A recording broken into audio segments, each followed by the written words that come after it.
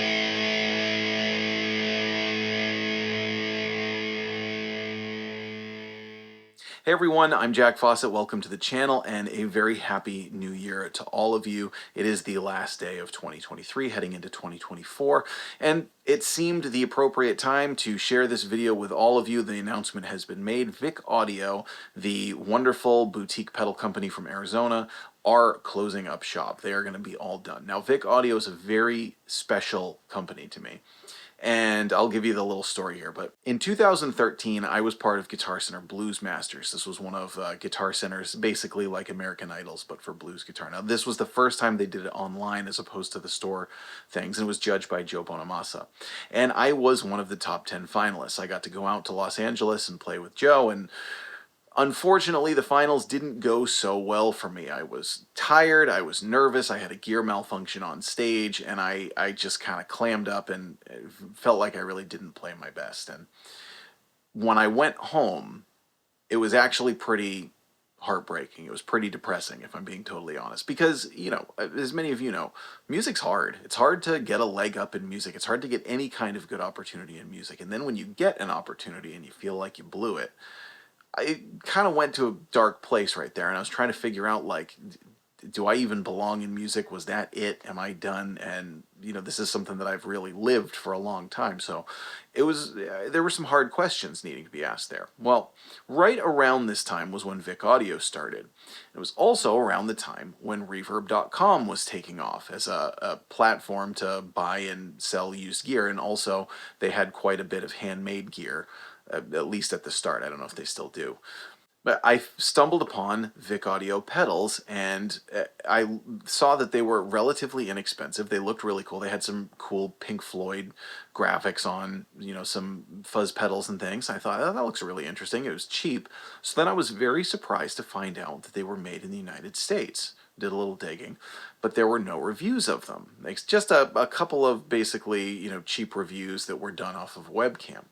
And in the comments, somebody said, hey, you really got to get a real demo of these. And the person who runs Vick Audio, his name is Mike Vickery, he had responded to this guy, say, yeah, I'm looking into getting some reviews done. Now, I had done very casual YouTube videos before that, just of me playing. And in fact, in Guitar Center Blues Masters, that was what I submitted, was a video of me playing.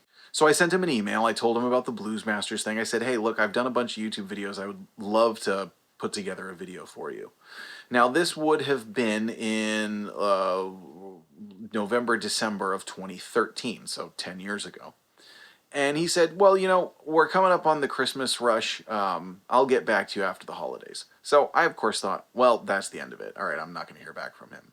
No big deal, whatever. But sure enough, in January, he got back to me and said, hey, I've got this new overdrive pedal coming out. It's a single knob overdrive called the Lotus. I need a review of it. I'll send you the pedal and you can keep the pedal, and if I like the review, maybe we'll do more in the future. So I thought, well, that's a really cool deal. So we went ahead and did it, and it's turned out to be the start of a very long and fruitful, not only business relationship, but even though I actually haven't met him in person, I would consider Mike Vickery a friend. He and I have chatted about our families a whole bunch. We've done a lot of business back and forth. We've talked about music and all kinds of things. And he's a great guy. He's kind of got a bit of a Ron Swanson vibe. He likes to stay behind the scenes, which I totally respect, keep his face out of things. In fact, the first time I saw a picture of him, it was a picture of him kayaking with his family, and he had like his hand in front of his face holding the oar, which I got a kick out of. But I totally have respect for that, of kind of staying a little bit out of the limelight. Well, that really reinvigorated me and gave me a new avenue of things. And honestly, I don't know that I'd be doing gear reviews like I am nowadays if it weren't for Mike and giving me an opportunity with Vick Audio. On all that being said, he also makes great pedals. He's made great pedals the whole time. He's done a lot of original circuits as well as many really cool clones and clones with some modifications. I still use his pedals actively. I have multiple ones on different pedal boards, and I use them for recording. The Vick Audio Mount Pleasant, which is based on a blues breaker, and the Vick Audio Tree of Life, which is an original circuit of his, are two that I use pretty regularly nowadays. I also regularly use his overdriver and a whole slew of others. I have a custom overdrive that he made for me, which is like an overdrive fuzz hybrid. He built me a custom 73 Ram's head, which was, I'm pretty sure, his bestseller. That's based on the Big Muff that David Gilmour used in Pink Floyd. And I am going to be really sad to see his pedals go, because he made such cool pedals at a really reasonable price. And he said it was just time to be done and to move on to other things. So I want you all to join me in wishing Mike the very best for he and his family. I hope that's not the last pedal he ever makes in his life, but if he is, I hope that's the absolute best thing for him. So let us know what your Vick Audio stories are in the comments, what that company's meant to you. I'm going to give you a little bit more playing here, just some of my favorite tones of his with some of the various pedals that I have. I'm Jack Fossett. Please remember to like, share, and subscribe. Happy New Year, and all the best to Mike, his family, and Vick Audio.